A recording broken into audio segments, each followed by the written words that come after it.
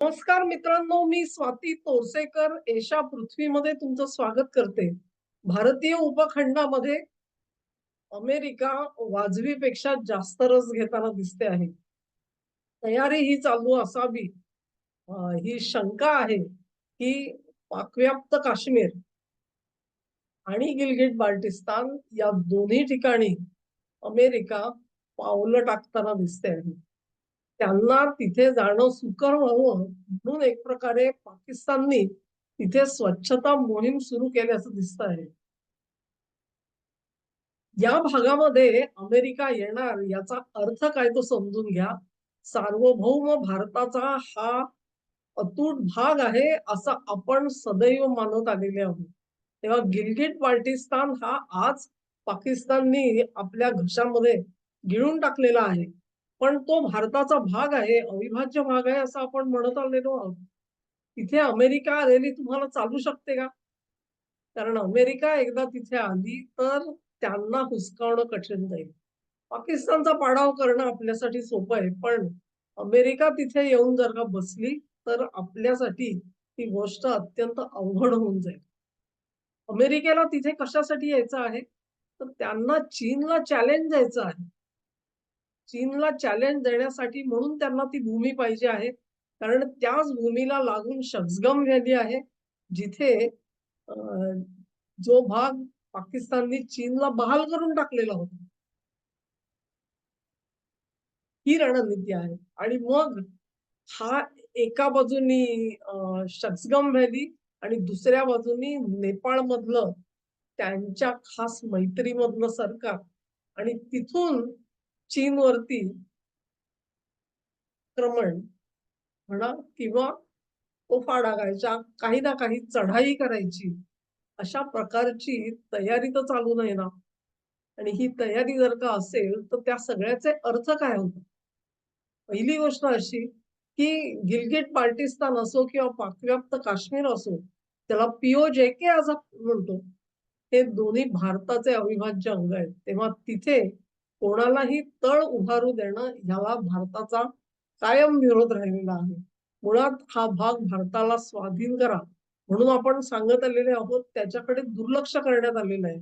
किंबहुना हल्लीच्या काही दिवसामध्ये तुम्ही बघितलं असेल तर पीओजेकेला भेटी द्यायच्या आणि काही ना काही वक्तव्य त्या काया कलास त्या सुद्धा येऊन गेल्या युरोपियन युनियनच्या आणि त्यांनी तिथे काही वक्तव्य केली पाकव्याप्त काश्मीराबद्दल. त्याच्यावरही भारताने नाराजी व्यक्त केलेली होती. तेव्हा युरोपियन युनियन असेल आणि अमेरिका असेल ह्यांना अचानक या भागामध्ये स्वारस्य निर्माण झालेलं आहे आणि त्याचा रोख उघड आहे. त्याचे दोन अर्थ निघतात. पहिली गोष्ट म्हणजे ट्रम्प यांनी जो काही इशारा दिला शी जिनपिंग यांना की तुम्ही भारतावर आक्रमण करा, तो कदाचित शी जिनपिंग यांनी धाब्यावर बसवलेला असू शकतो. आणि ते धाब्यावर बसवतायत म्हटल्यानंतर कारण दोघांमध्ये भांडण लागलं पाहिजे, कुठेतरी युद्ध सुरू झालं पाहिजे. तर तुमच्या दोघांची ताकद ही खच्ची करण्याला हा त्यांचा मुळातला हेतू आहे. आणि म्हणून कुठून ना कुठून तरी भांडण काढायचं. आज इराणची अवस्था बघा काय आहे. प्रॅक्टिकली बघायलाच जाल तुम्ही तर इराण जिंकले नाही कारण इराणमधली सत्ता उचलून टाकता आली नाही अमेरिकेला. ती बलाढ्य अमेरिका सुद्धा तिथे काही करू शकली नाही, हे वस्तुस्थिती आहे. पण देश बरबाद होऊन गेला म्हणजे. परत एकदा 10, 15, 20 वर्ष मागे गेला. स्वतःची तीच अवस्था आपल्याला करायची आहे का? हा प्रश्न आहे. आणि तीच तयारी होताना दिसते आहे. आणि म्हणून 2 गोष्टी तयार झालेल्या आहेत. एक म्हणजे आपण बघितलं की चीनकडून ताबडतोबीने इंटरेस्टचे पॉइंट्स पुढे येतायत. एक म्हणजे एक विधान मी वाचलं खरं म्हणजे मी काल परवा व्हिडिओ करणार होते त्याच्यावर पण मी थांबले थोडी. युएन त्सांग हे नाव आपण ऐकलेलं आहे, इतिहासाच्या पुस्तकामध्ये वाचलेलं आहे त्याच्याबद्दल. हा एक चिनी प्रवासी भारतामध्ये आला. तो मूळचा बौद्ध धर्माचा उपासक होता. पण त्याच्या असं लक्षात आलं की चीनमध्ये जे काही वाङ्मय उपलब्ध आहे, ते अचूक नाहीये. त्याच्यामध्ये काही त्रुटी आहेत. तेव्हा मूळ बौद्ध धर्माचं जे वाङ्मय आहे त्याचा अभ्यास करावा आणि ते जे मूळ ज्ञान आहे ते चीनपर्यंत आपण न्यावं. अशा हेतूने युएन त्सांग भारतामध्ये आलेला होता. त्याचा काळ जो होता तो अ, हर्षवर्धन सम्राट हर्षवर्धनाचा काळ आणि त्या काळामध्ये युएन नालंदा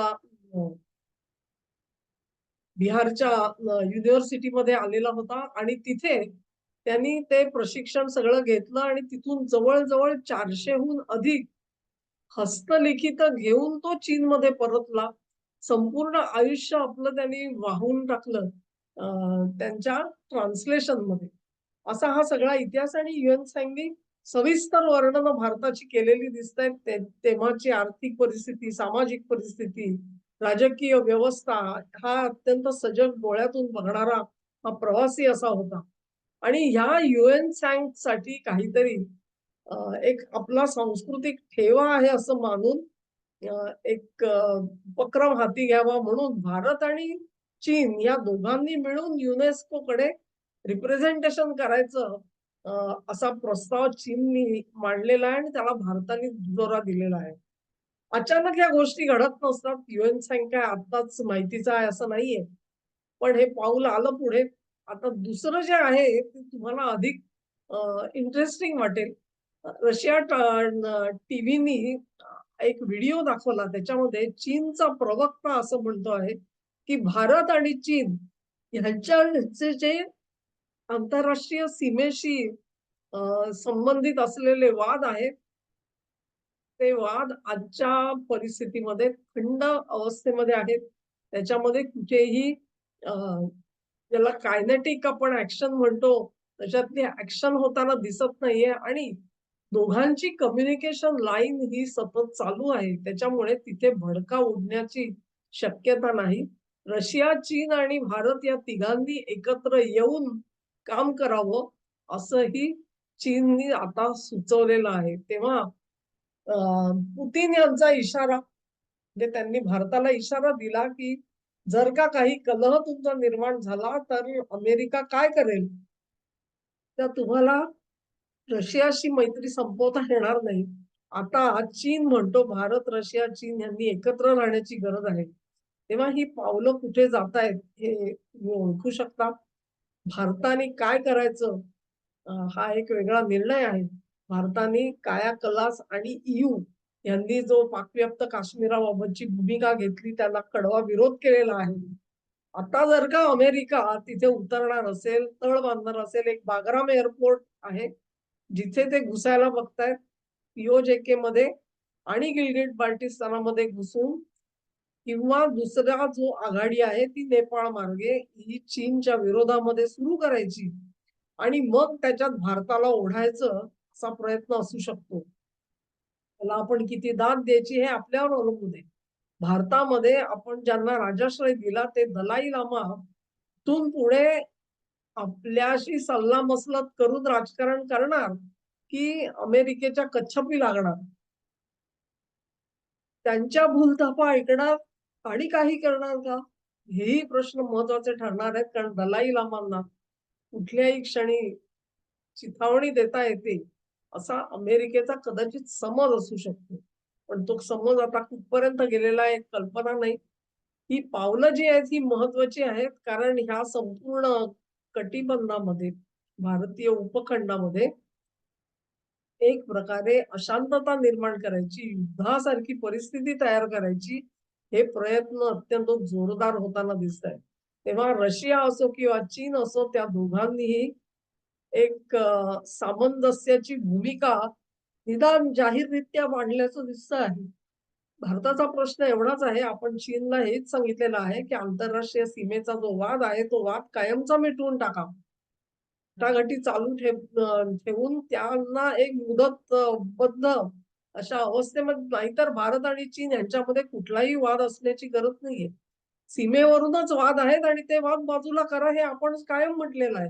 पण चीनला तेव्हा ते सोयीस्कर नव्हतं. आता सोयीस्कर आहे कारण अमेरिका दडपण टाकते आहे आणि त्याच्यातून जर का सुटायचं असेल तर भारत आपल्या सोबत असायला पाहिजे. ही जाणीव कुठेतरी चीनला झालेली दिसते आणि म्हणून त्यांचं हे आज विधान आलेलं मी बघितलं. इथून पुढची पावलं अत्यंत महत्वाची असणार आहेत. मला विचाराल तर तुम्ही भारत, चीन, रशिया या सगळ्यांचे एकमेकांचे जे संबंध आहेत, जे प्रश्न आहेत ते आपले आपण सोडवू शकतो. इथे अमेरिकेला शिरकाव करू द्यायचा का हा प्रश्न आहे. पाकिस्तान तर काय, अमेरिकेने शब्द काढला की ताबडतोब पडत्या फळाच्या आज्ञा म्हणतात तसे ते धावत सुटतात. तर ते भूमी द्यायला कुठेही भूमी काहीही द्यायला तयार आहेत ते. कारण देशाला थोडाफार पैसा द्या आणि लुटण्यासाठी सैन्यामधले जे अधिकारी आहेत, त्यांच्यासाठी पैसा द्या. मग ते काहीही करून द्यायला तयार आहेत तुम्हाला. तेव्हा पाकिस्तानला स्वतःच्या हिताची काहीही काळजी नाहीये. अमेरिका सांगेल त्याप्रमाणे ऐकण्याची त्यांची तयारी आहे आणि त्या सगळ्याला शह देणं ही आता भारतासाठी प्राथमिक गरज झालेली आहे. हे करत असताना रशियाची मदत घ्यायची का? चीनची मदत घ्यायची का? ती कशाप्रकारे घ्यायची? हे सगळं भारताला ठरवायचं आहे. पावलं कशी पडतायत याचा मी उहापोह केला. निर्णय तुमचा तुम्ही जरूर घेऊ शकता. हा व्हिडिओ तुम्हाला आवडला असेल तर लाईक करा, शेअर करा आणि चॅनेलला सबस्क्राईब जरूर. धन्यवाद.